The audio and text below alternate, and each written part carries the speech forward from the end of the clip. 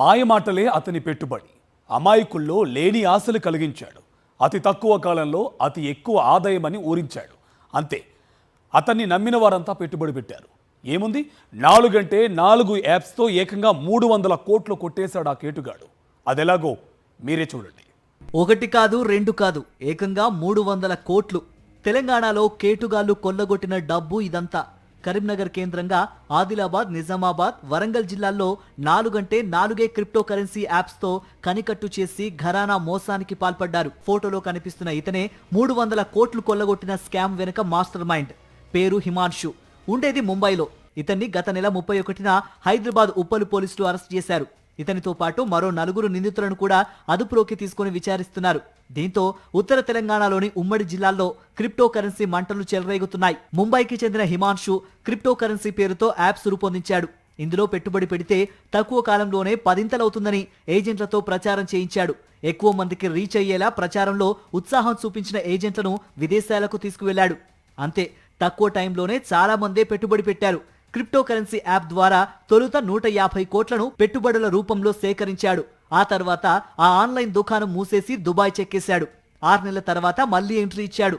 ఈసారి కొత్త యాప్ను తెరిచాడు. అందులో మరో 130 కోట్ల రూపాయలు పెట్టుబడులు పెట్టించాడు.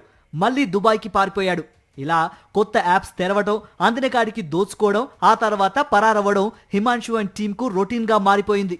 ఇలా వరుస మోసాలతో రెచ్చిపోతున్న హిమాన్షు మరో స్కెచ్ కోసం హైదరాబాద్లో సీక్రెట్ మీటింగ్ ఏర్పాటు చేశాడు.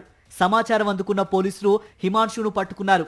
అదే మీటింగ్లో కరీంనగర్కు చెందిన జమీల్, అనిల్, సిరిసిల్లకు చెందిన వంశీ, నిజామాబాద్కు చెందిన శ్రీనివాస్, ఇలా 4 పోలీసులు అదుపులోకి తీసుకున్నారు. హిమాన్షు అండ్ టీం చివరిగా నెక్స్ట్ బిట్ అనే యాప్ను అందుబాటులోకి తెచ్చారు. దీని ద్వారానే సుమారు 19 కోట్లు సేకరించారు. 400 మంది బాధితులు పోలీసులకు ఫిర్యాదు చేయడంతో క్రిప్టో కరెన్సీ స్కామ్ బట్టబయలైంది. హిమాన్షుకు సాయపడిన అసిస్టెంట్లలో విదేశీయులు ఉండటం సంచలనంగా మారింది. భారీ మనీ స్కామ్ కేవలం హిమాన్షు వరకే పరిమితమైందా? ఇండియాలో ఈ తరహా స్కామ్స్ వెనక ఎవరెవరున్నారు?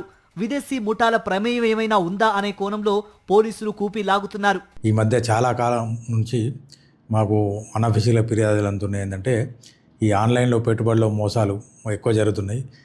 డబ్బులకు ఆశపడి ఎక్కువ లాభాలు వస్తాయని చెప్పేసి ఆన్లైన్లో ట్రేడింగ్ చేసి వాళ్ళు అమాయక ప్రజలు డబ్బులు కోల్పోతున్నారు.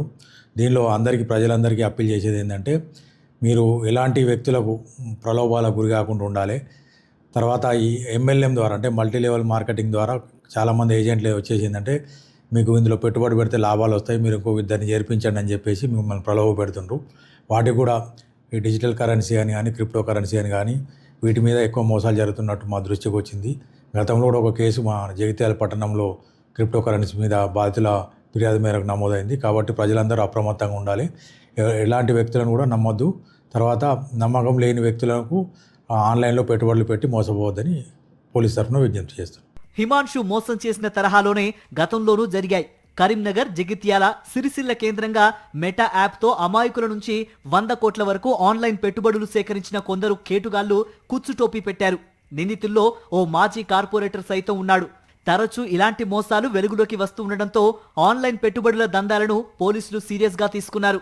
ఇలాంటి కేసుల్లో కొందరు విదేశాలకు పారిపోవడం, వారే ప్రధాన నిందితులవడంతో వారిని వెనక్కి రప్పించడం పోలీసులకు సవాల్గా మారింది.